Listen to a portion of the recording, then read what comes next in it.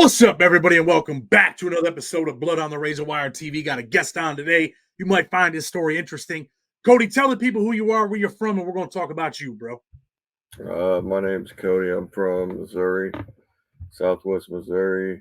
I done some time in USP Beaumont, and when they closed it, I got transferred to McCrary.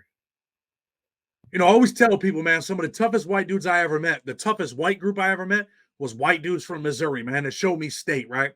I never met a white dude really that couldn't fight that was from Missouri, bro. Yeah, I seen one of the other guys you interviewed from Missouri, Lumpy. I was in Beaumont with him. He was something else. He was a pretty tough dude back then, right? Yeah, he was. And he was always real cool, even though he was with the GWB. He always came and checked on us. You know what I mean? I like Lumpy, man. He turned his life around doing big things right now. But let's talk about you, man. How you ended up in federal prison. How'd you end up in federal prison? Felon in possession of a firearm. So basically behind selling meth, really.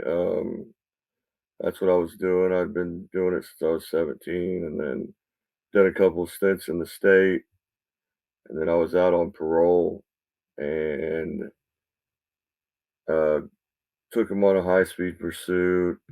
I'm from a little bitty town, so they're not used to that kind of stuff. And took them on a high-speed pursuit. They wrecked me, went to the hospital, and I ended up escaping from the hospital. And in the process, they found a firearm. You escaped from the hospital. How do you escape from a hospital when you're in police custody? So they made a big mistake. They didn't cuff me, and they let my daughter's mother.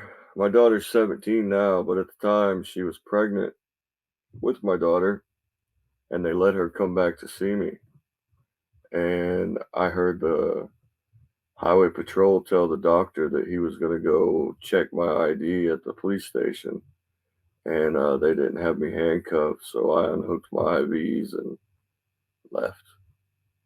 What were you in the hospital for? I mean, was it serious if you had IVs, but you're able to escape?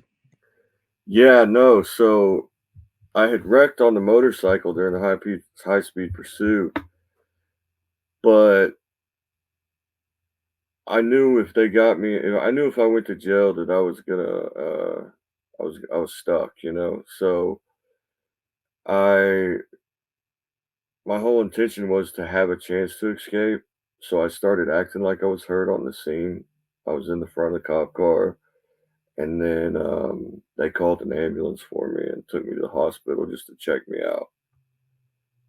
So you escape, you're out, you got a gun. They end up catching you again the same day? No, I ended up turning myself in a week later. The reason I had just paid off a big debt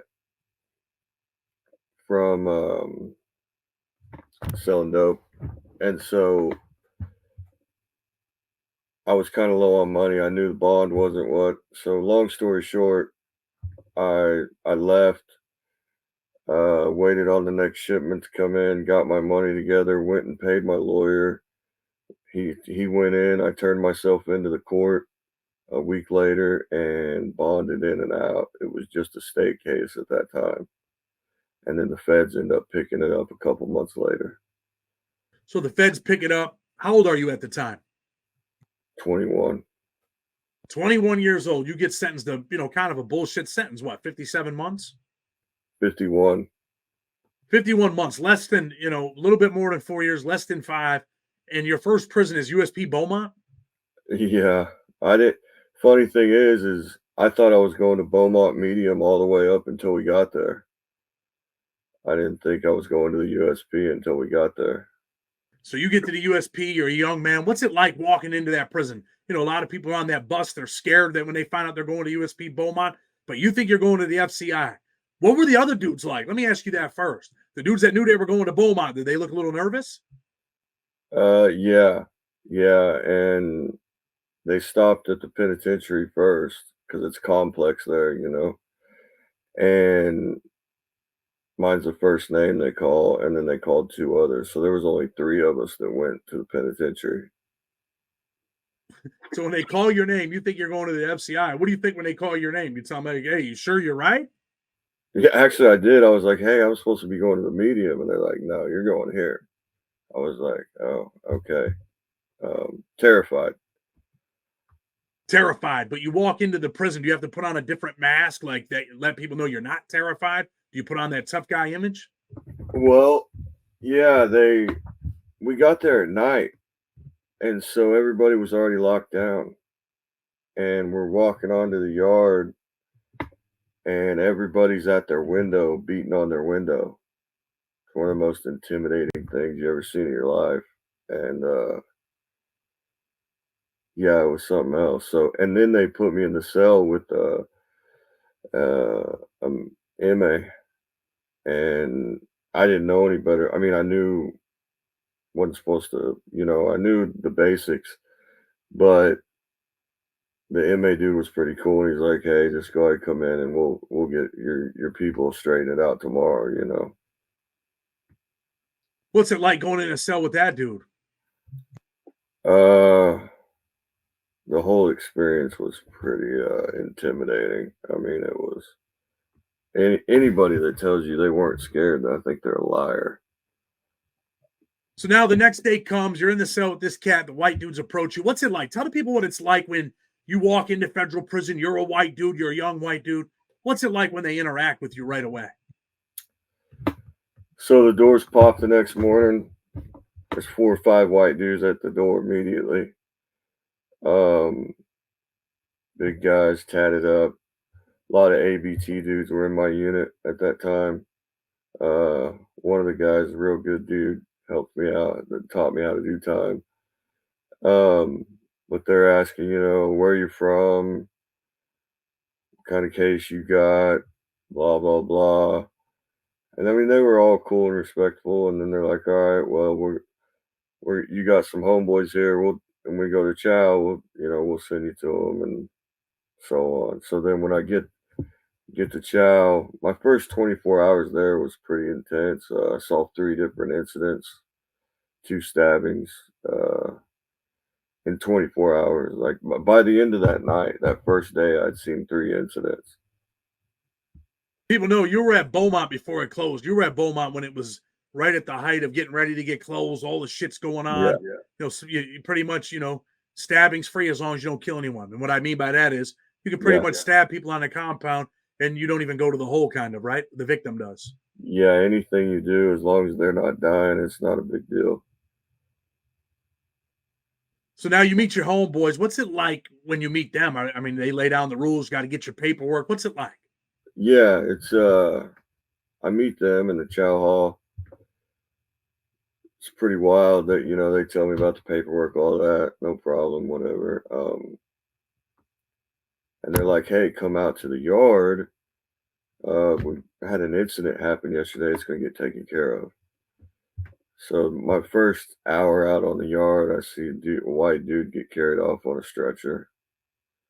Um, Later that day, I had going to lunch. Right. I don't know nothing about the towers, nothing, the concussion grenades, none of that. I'm walking under the tower on the way to lunch, and I look, and all of a sudden I hear a bomb go off right next to me.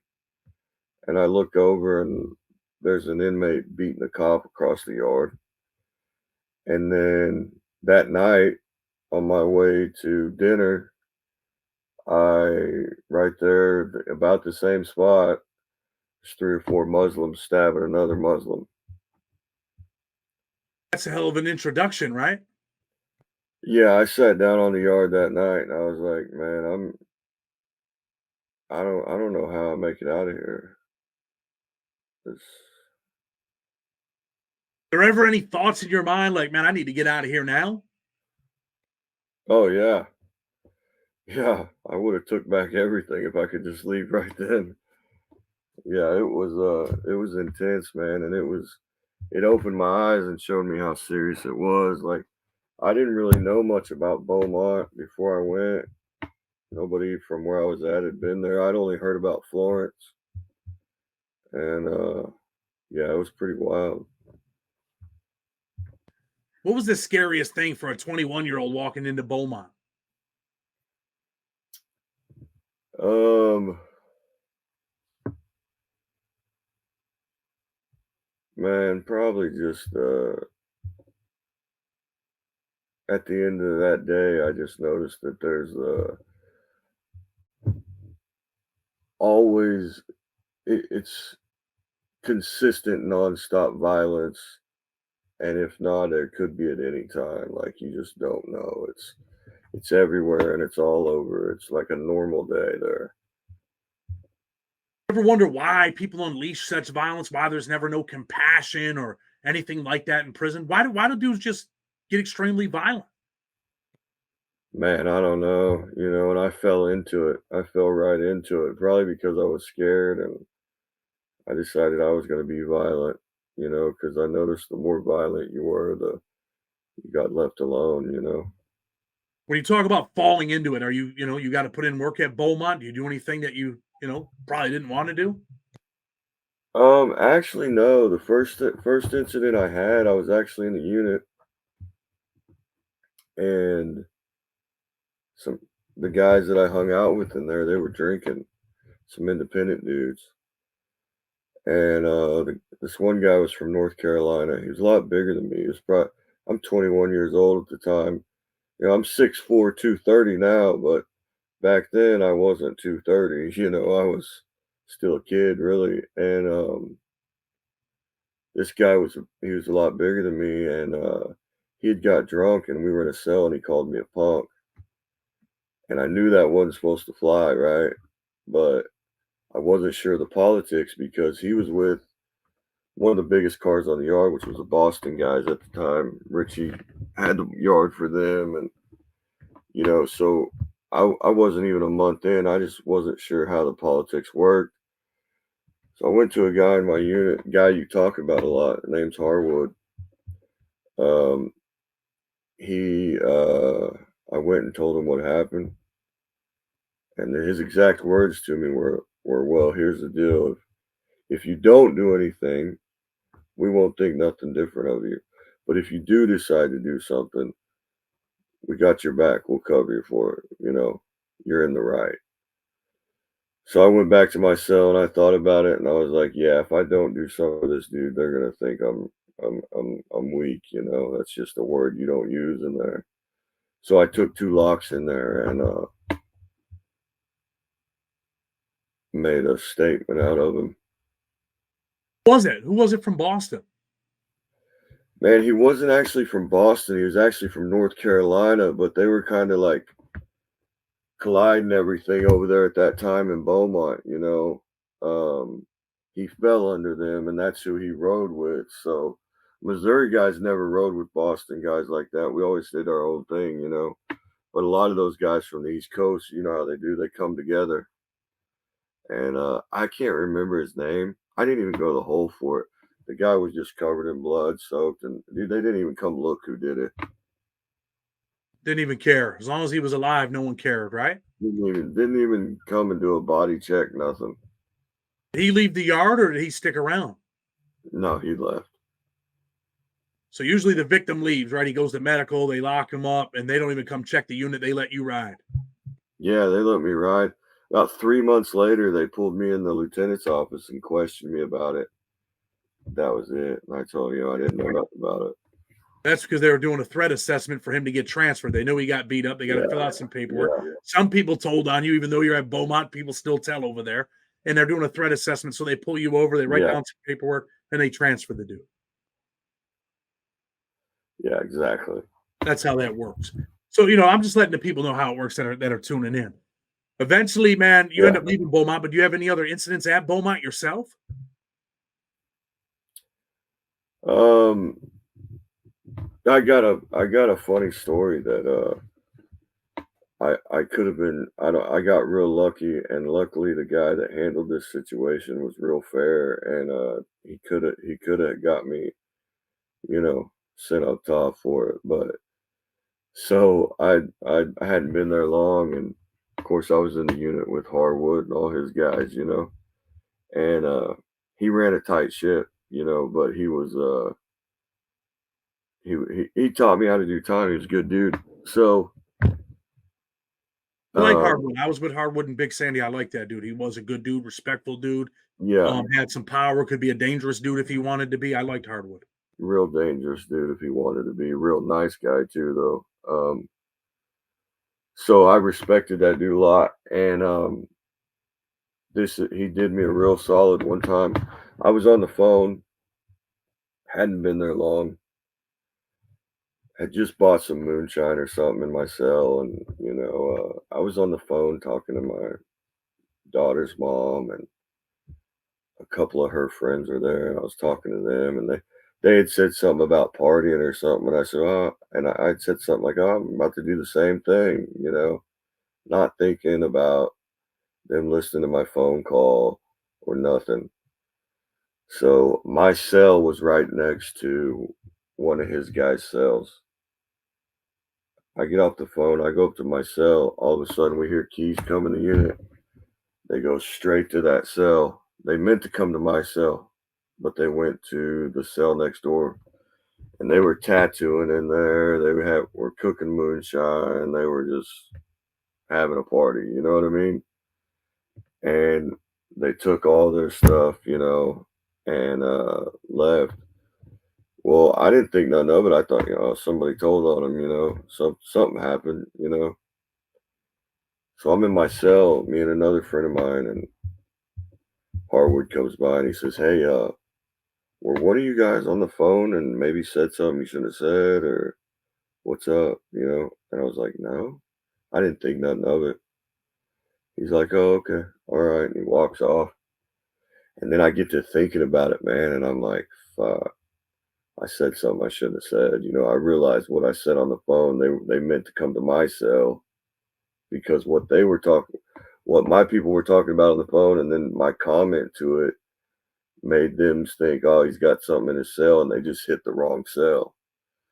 So I go down to the Harwood cell and I tell him, hey, man, I did say something. This is what happened. And I broke it down to him, and he said, I know you did. The cop already told us. He said, but if you weren't honest with us, we were going to talk to your people. And he's like, but look, you can't do that.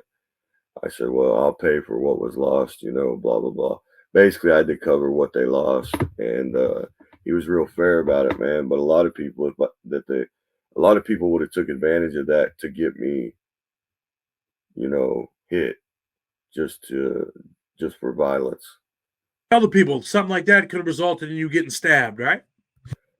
Yeah, very much so. And had I not been so young and new and the right guy dealt with the situation, someone other than Harwood probably would have.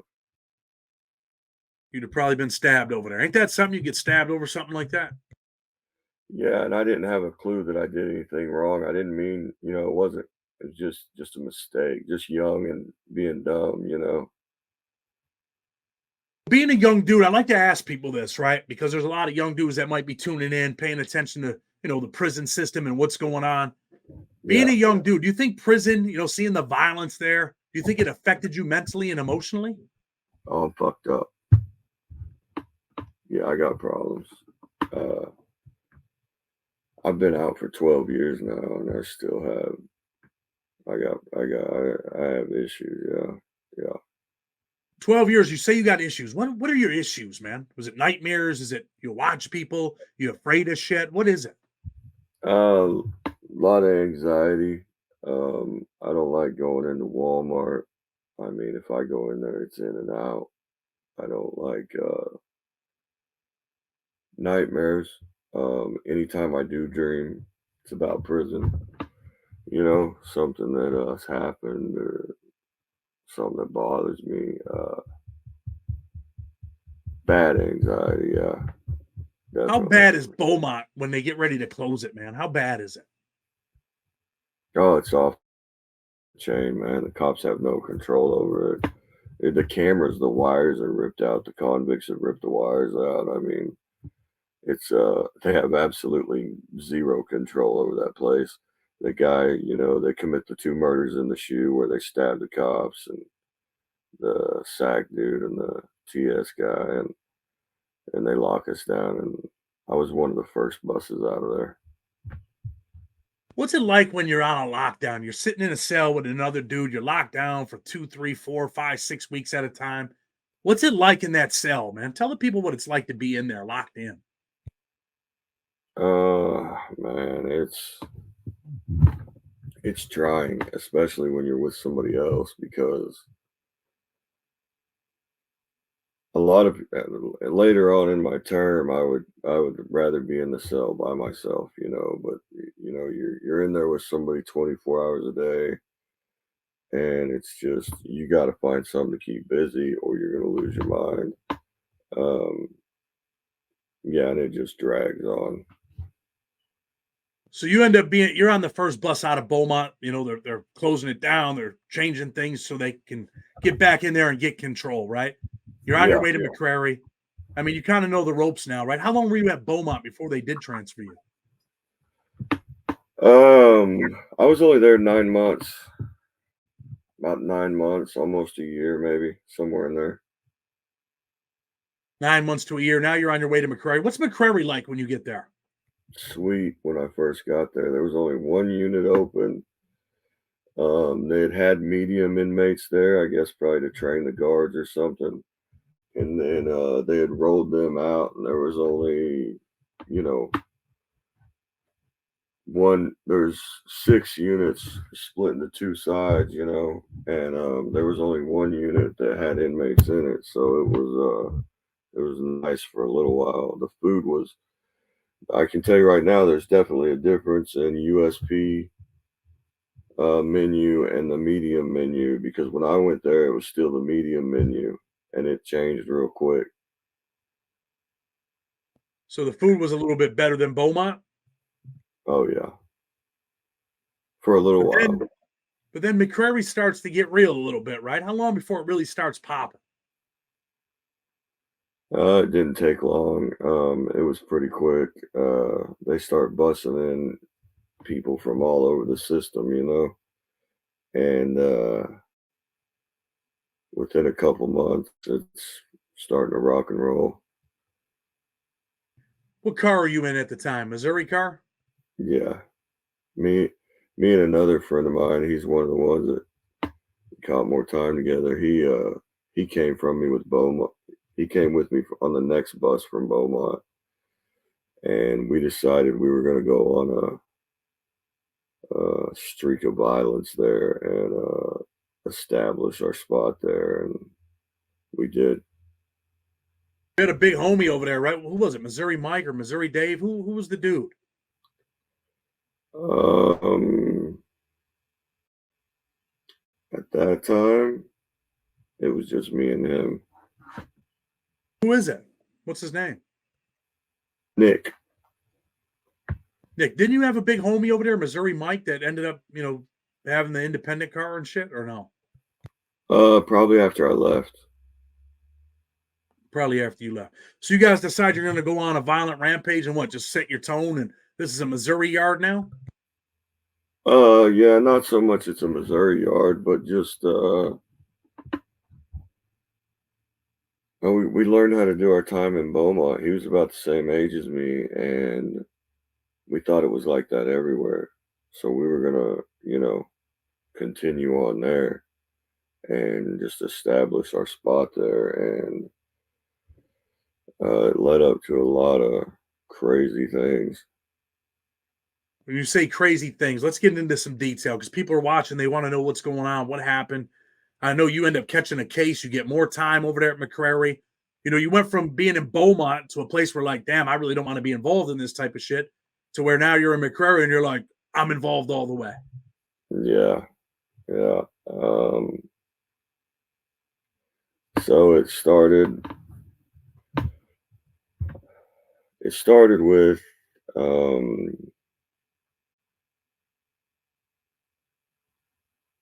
a guy came over and he was a homosexual and whatnot, which is fine. And he was from the Midwest. He wasn't even from Missouri. And he came to me and Nick, and he's like, "Hey, I'm from the Midwest. I'm gay, but I don't mess around outside my race. Blah blah blah." We told him, "Fine, whatever. It's cool. Don't trip." But we showed him the table where the other guys sat at, and we told him, "Hey, look, you sit at that table, but if it's full and there's another white guy that needs to eat, you get up and let him eat. You have to stand up and eat, if it's that table's full, just the way it is." Um, I guess he took that as us pressing him.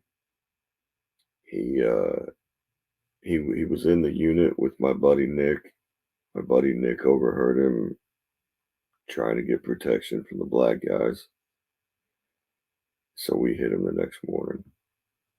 So the white gay dude goes to the black dudes. He's like, yo, I need some help. I need some protection. These dudes ain't going to let me sit down. They're going to make me stand up to eat. They're pretty much disrespecting me, and I ain't going for it. I'm trying to get in the black car. That's kind of what he did.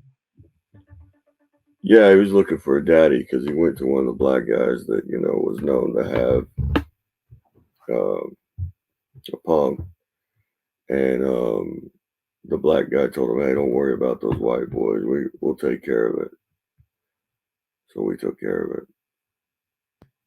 Let's kind of talk about that white politic thing, right? I mean, usually places I've been, Big Sandy, USP Lee, white dude comes on the yard, says that he's not all the way right. They get rid of him immediately so they don't run into that type of thing. But white politics, did it dictate that you guys punish this cat so that there ain't no, future issues with the blacks? Yeah, basically he was going to be a problem. We could already see that. He came to us saying one thing, and then the next thing you know, he's over there, stirring up trouble, potential, just going to be a problem no matter what. So you guys get on him the next morning. Who gets on him? A couple dudes. One of them was from Missouri, and one of them was from Iowa. He rode with us. They hit him in front of the chow hall pretty bad. Put him in ICU for like 6 days. Beat on him or stab him? Just a beating, boots. So they're booting this kid. He goes to the ICU for 6 days. And I remember this case because they tried it as a hate crime, right? Over there at McCrary. Yeah, they gave us a hate crime enhancement for it. And you guys, this is going on, whatever. Dude goes to the ICU. What goes through your mind? Do you think, man, I might be jammed up because, I'm involved in sending these dudes to get this dude? No, not at all. Because, I mean, in Beaumont, that wasn't even a thing. That didn't happen. Just normal day. Not a big deal to me. By that time. So this thing happens, and then what? Years later, they come charge these dudes, or what happens? About 6 months later, they charge them, and then their lawyers come up there and see me and my buddy, and we're going as defense witnesses for them, right? And they pull us out to go testify on their behalf to help them try to beat the case, right? And they supersede with the indictment and put me and my buddy on it and get us for calling the hit. So you get convicted of what? Conspiracy to commit assault resulting in serious bodily injury. How long before you go home before they come arrest you? Within the year. So you're getting ready to go home. They come give you a new case. They take you to court. What's going through your mind? You're like, damn, man, I was supposed to go home. Now I just fucked that off. Yeah, I was sick to my stomach. After, I had done a lot more stuff in between this, and for that to come back and get me, I was sick to my stomach. When you talk about the stuff that you did in between, you calling shots, you committing your own violence. No, just violence. I had hit a couple Tennessee dudes, and I always did it by myself. I didn't take anybody with me. When I hit both of those guys, it was by myself. And it ended up, these guys were kind of what we call dick riders, right? For the ABT, they were associates, they were hung around them, but they weren't prospects. They weren't none of that. One of them owed me some money and basically told me he wasn't going to pay. So I just moved on him right there. Um, and the guy that had the yard for those guys at the time was on a complete power trip. Nothing like Harwood at the other spot, man. Totally different dude. The yard for him, was it Rooster? No, Buck. I know who Buck is. Yeah, he he was their only problem there. They would have never had no problems there if it wasn't for him. So you move on these dudes. You say they're dick riders, right? Is there any repercussions for you guys? Do the gang dudes try to get back at you for doing that? Well, I came from Beaumont with Buck, and the first one I hit was just a regular Tennessee guy, but he hung around him. I get out of the hole. Buck's kind of mad about it, but he can't really say nothing because the dude told me he wasn't going to pay me, and you can't do that without expecting some repercussions, no matter who you are. The second dude was just a total lame, just a total lame, and I went in there to talk to him, but he was kind of our friend at the time. And all of a sudden, he just snubbed his nose at us. So I just pieced him up, and it spilled out onto the tier and whatnot. Well, then after that, Buck put a green light on us. A green light on who? The Missouri dudes? Me and my buddy Nick from Missouri. What happens when they get at you in Missouri, Nick? What happens? Do they get you guys? Yeah, we go to the hole. We get back out. They've green lighted us, which these aren't even their people that we've hit. The DWB was real good friends with my buddy Nick, and we were in real good standing with the independents on the yard, Murphy and all them. So they basically told him, "You're not going to hit him, or there's going to be a problem." And so the green light got called off. They decided they weren't going to hit us. So they decide that they're not going to hit you, but in your mind, you knew that they were going to hit you. So how do you look at them dudes every day? Are you always like thinking like, man, I should do something to this dude? Well, here's the deal. So they had like you talk about the step down unit, they had this unit that you would go to when you come out of the hole until they get your cell, and everybody's in this unit. So they actually kick us out with the dude that I just beat up. And actually, the reason Nick got locked up with me on that is because I beat the dude up and it spilled out onto the tier. And when it spilled out on the tier, my buddy got involved. So it looked like we jumped him, but really that wasn't the case. But that's just how it ended up. So we're going to chow. And I'm telling you, I'm nervous. I'm terrified, right? Because it's hard to walk out on a yard when you know you got a green light on you. You know what I mean? But if you don't, then you're a check-in and your whole career's ruined. So we go out, and I end up back in the shoe a couple days later, over hitting a dude there in the step down unit. And so while I'm in the shoe for that incident, my buddy Nick's still out on the yard. And all of a sudden, you hear a bunch of commotion in the shoe, and you just know something's happened, out on the yard. And they start coming in, and all of a sudden, they bring Nick to my cell. Well, long story short, where the Missouri dude sat, there's a long table in the chow hall. And Buck and his guys sat at one end, and the Missouri guys always sat at the other end. Well, that day, Nick had sat down at that table, and Buck told him he couldn't sit there no more. So when that happened is when they moved on all of them. The people who got moved on. The ABT, they moved on them. And they got them off the yard. Yeah. All because of Buck, nobody else. I know there was an incident where one of them was on the toilet over there, right? Using the bathroom. One of the shot callers. Uh, I don't know. I just know they sent 3 on Buck and hit most of them on the yard. But yeah, they probably cleaned up on one in the unit too. And then it became what, an independent yard over there? DWB was still there. So who ran the yard? The independents or the DWB? They did their own thing. We did our own thing. They end up Let me bring you.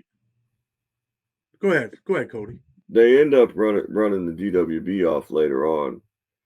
I'm not sure exactly why. I was out at court then getting that new time, so I'm not sure exactly what the situation was there. So you're at court, you're getting the new time. Tell the people how much more time you get. You're supposed to go home in a couple months. 3 days into trial, they offered us 60 months. Said no. They offered us 36 months. We got them down to 27 months. You end up with another 27 months. You're supposed to go home. You get 27 months. You go back to McCrary. You do the rest of your time at McCrary or no? Yeah.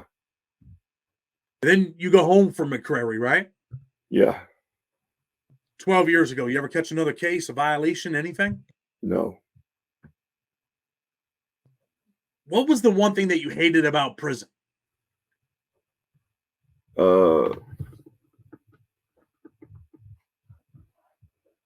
Like being in a constant war zone with impending violence all the time. Like it wears on you after a while. And I didn't realize how bad it affected me until years later. It affected me pretty good.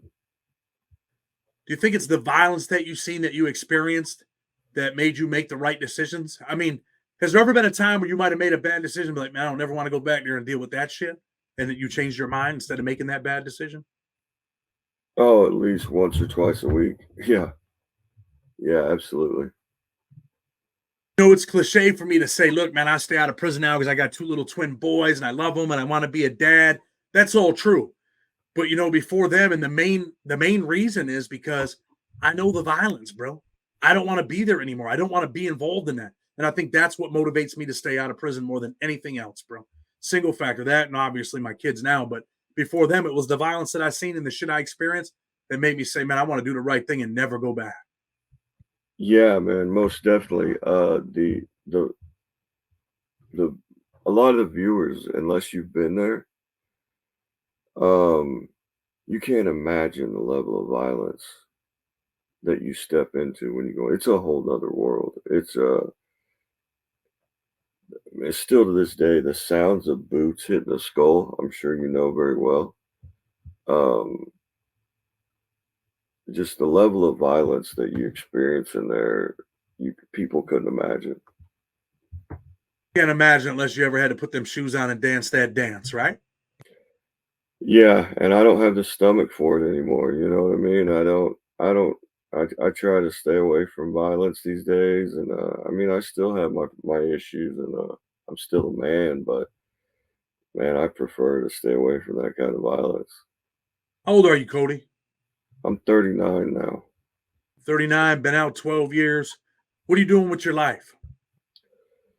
So when I got out, I hit the ground running, man. I was 27, 28 years old when I got out. Started 2 businesses. I had a log home restoration company and a full-blown tree service with a bucket truck and all that. So I did that for a while and had it going for 7 or 8 years. Had a little setback. Me and my daughter's mom split up. Some other things happened. Couldn't keep good help, and I just lost my drive there for a minute, you know. Doing now? Right now, I just finished IT school. Actually, I got 45 hours towards an associate's degree. I got 6 IT certifications, and the work I'm doing right now is along those lines, basically IT work.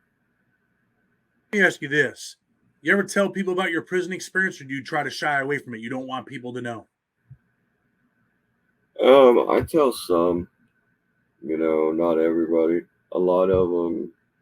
Sometimes I feel like if the stories that I would tell them, they would think are far fetched and the level of violence. They probably wouldn't be like, no, that doesn't. Club fed, right? Um, I just don't think a lot of people would understand, honestly. Well, listen, man, I'm glad that you're out. I'm glad you're free. I'm glad you made it out and never went back. Anything you want Yeah. to say before we get ready to go, Cody? Um, nah, yeah, man. Just if anything, whatever you're doing out there, the young kids, whatever you're doing out there, it's not worth the outcome.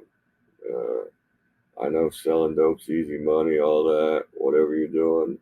There's no retirement plan though. Your retirement plan is a place like that, and it's a place you could never imagine. So think about it before you do it. 100%. Well, listen, man, I appreciate you coming on. I'm going to tell people if you like what we're doing, hit that like button, hit that subscribe button. Blood on the Razor Wire TV. Until tomorrow, we're out. With respect.